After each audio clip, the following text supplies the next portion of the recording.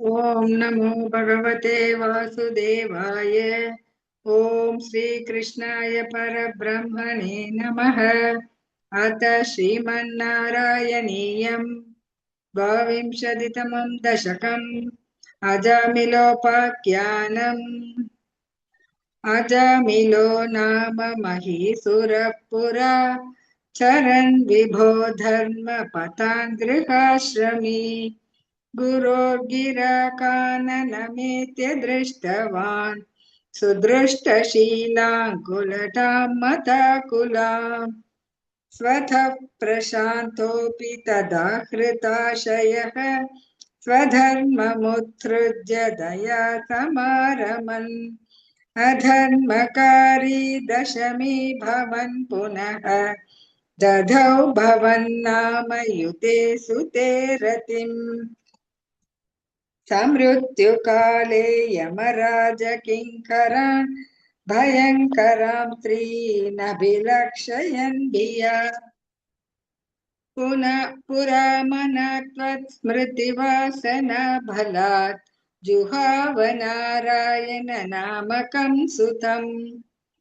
दुराशयस्यापि तदा त्वनिर्गत त्वदीयनामाक्षरमात्रवैभवात् पुरोऽभिपेदुर्भवदीयपार्षदाः चतुर्भुजाः पीतपटा मनोरमाः। अमुं च सम्भाष्य विकर्षथोपटान् विमुञ्च दैत्यारुरुधुर्बलादमि। निवारितास्ते च भवज्जनैस्तदा तदीयपापन्निखिलन्यवेधयन्। भवन्तु पापानि कथन्तु निष्कृते कृतेऽपि बोधण्ड नमस्ति पण्डिताः। न निष्कृतिः किंविदिता भवातृषाम् इति प्रभो त्वत्पुरुषा भवाशिरे। श्रुतिस्मृतिभ्यः विहिता व्रतादयः पुनन्ति पापन्ननुदन्ति वासनाम्। अनन्तसेवा तु निकृन्तति द्वयीम् इति प्रभो त्वत्पुरुषा भवाशिरे। अनेन भोजन्म सहस्रकोटिभिः कृतेषु पापेष्वपि निष्कृतिः कृता। यदग्रहीणाम भयाकुलो हरेः इति प्रभो त्वत्पुरुषा भवाशिरे। नृणाममद्भुत्याभिमुकुन्तकीर्तनम् दहत्यघौहान् महिमास्य दातृशः। यदाग्निरेधांसि यदौषधं गदान् इति प्रभो त्वत्पुरुषा भवाशिरे।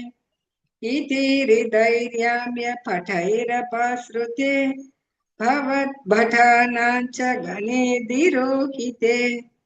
भवत्स्मृतिं कञ्चन कालमाचरन् भवत्पदं प्रापि भवद्भटैरसौ। स्वकिङ्कर वेदन शङ्कितो यमः त्वदङ्घ्रिभक्तेषु न गम्यतामिति। स्वकीयभृत्या न शिशिक्षदुच्चकैः सदेव वातालय नाथ पाहि माम्। इति श्रीमन्नारायणीये अजामिलोपाख्यानं नाम द्वाविंशतितमं दशकं समाप्तम्। नारायणाखिल गुरो भगवन्नमस्ते। नारायणाखिल गुरो भगवन्नमस्ते। अथ त्रयोविंशतितमं दशकं दक्षचरितम्। चित्रकेतुपाख्यानं च प्राचेततस्तु भगवन्नपरो हि दक्षः त्वत्सेवनौ व्यदितसर्गविवृद्धिकामः। आविर्बभूवित तदा लसदष्टबाहुः तस्मै वरन्दति तथा च वधूमशैत्नीम्। तस्यात्मजास्त्वयुथमीश पुनः सहस्रम् श्रीनारदस्य वचता तव मार्गमापुः नैकत्र वासमृषये स मुमोच शापम् भक्तोत्तमस्पृशिरनुग्रहमेव मेने षष्ट्याथतो दुहितृभिसृजतः कुलौघान् दौहित्रसूनुरथ तस्य स विश्वरूपः त्वस्तोत्रवर्णितमजापयदिन्द्रमाझौ देवत्वदीयमहिमा खलु सर्वजैत्रः प्राक्षूरसेन विषये किल चित्रकेतुः पुद्राग्रही नृपतिरङ्गिरसः प्रभावात् लब्ध्वैकपुत्रमथ तत्र हते सपत्नी सङ्गैरमुख्यदवशस्तव माययासौ तन्नारदस्तु सममङ्गिरसाथयालुः सम्प्राप्य तावदुपदश्य सुतस्य जीवम् कस्यास्मि पुत्र इति तस्य गिरा विमोहम् त्यक्त्वा त्वदर्चन विधौ नृपतिन्ययुङ्क्त स्तोत्रम् च मन्त्रमपि नारदतोऽथ लब्ध्वा तोषाय शेषवपुषो ननु ते तपस्यन् विद्याधरादिपतितां स हि शब्दरात्रे लब्ध्वाप्यकुण्ठमतिरन्वभजद्भवन्तम् तस्मै मृणालधवलेन सहस्रशीर्ष्ण रूपेण बद्धनुति सिद्धगणावृतेन प्रादुर्भवन्न चिरतो नुदिभिः प्रसन्नः दत्त्वात्मतत्त्वमनुगृह्य तिरोधधाथ त्वद्भक्तमौलिरथसोऽपि च लक्षलक्षम् वर्षाणि हर्षुलमना भुवनेषु कामम् सङ्घाभयम् गुणगणम् तव सुन्दरीभिः